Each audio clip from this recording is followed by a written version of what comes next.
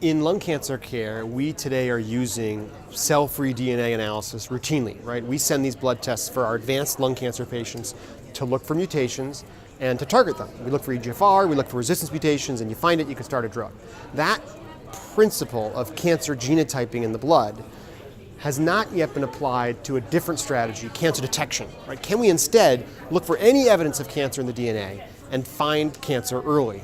And that's really the motivation of this effort. We know that lung cancer screening using CAT scans has the potential to make a difference, can improve survival. It's not widely adopted, and so maybe development of a cancer detection blood test is an untapped opportunity. And so that's the motivation that launched this study. The CCGA study is a huge effort. It's enrolling 15,000 individuals. It's already enrolled 12,000, 70% with cancer, 30% non-cancer. And effectively, this is a discovery strategy to find a non-invasive diagnostic that can find cancer and not have false positives in our non-cancer patients. It uses exhaustive sequencing.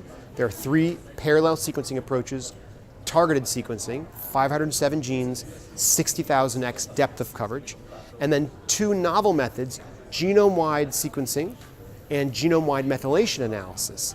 Each of these scanning the whole genome for any signal that could represent cancer. Importantly, you have to control for false positives by sequencing the white blood cells. The white blood cells are actually rich with mutations. We call this clonal hematopoiesis. They're age-related, they don't reflect cancer. You have to sequence the white cells and then screen out bioinformatically those mutations you find from the white cells, because those mutations are shedding into the blood and polluting your diagnostic test. But by eliminating that signal from the white blood cells, you can achieve very high specificity. 98% specificity is where we're searching for right now. There are going to be some false positives, okay? And importantly, in non-cancer patients who have a similar age as your cancer group, some of them are going to have occult cancer, right? Some of them will have latent cancer, which with time will be diagnosed. And actually, we already know that some of those false positives, with more follow-up, have been found to have cancer, in fact, right? And so we're not aiming for perfect specificity, but we want a really high specificity and set there how much lung cancer can we detect. What we found is in early stage curable lung cancers, we can find about 50% of the lung cancers. And in advanced lung cancer, we can find about 90%. This is across the 3 methods. Each of them behave fairly similarly, perform similarly, and it validates in a training set and in an independent test set.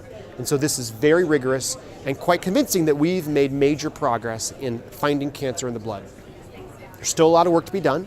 We need to turn these learnings, these sequencing methods, into a diagnostic, and that requires further refining them, focusing them, optimizing them. There are still thousands of patients left on this study, and so all of those patients can be used to better validate and perfect the approach. And then, once we have a validated diagnostic, that gets studied in at-risk individuals. Currently, there's the STRIVE study that's enrolling. That is looking at a breast cancer screening population. These are women who are at risk of breast cancer and other cancer types. And we look at how can a blood test help in finding cancer in these individuals.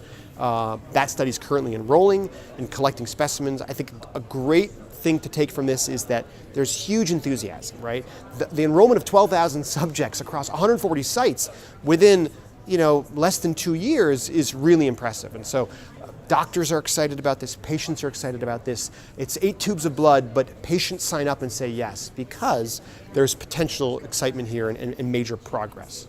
And so I think, though there's a lot of hard work to be done, we are making a lot of headway, and it feels like it's within grasp that we can get to the distance and actually get to a diagnostic that can make an impact.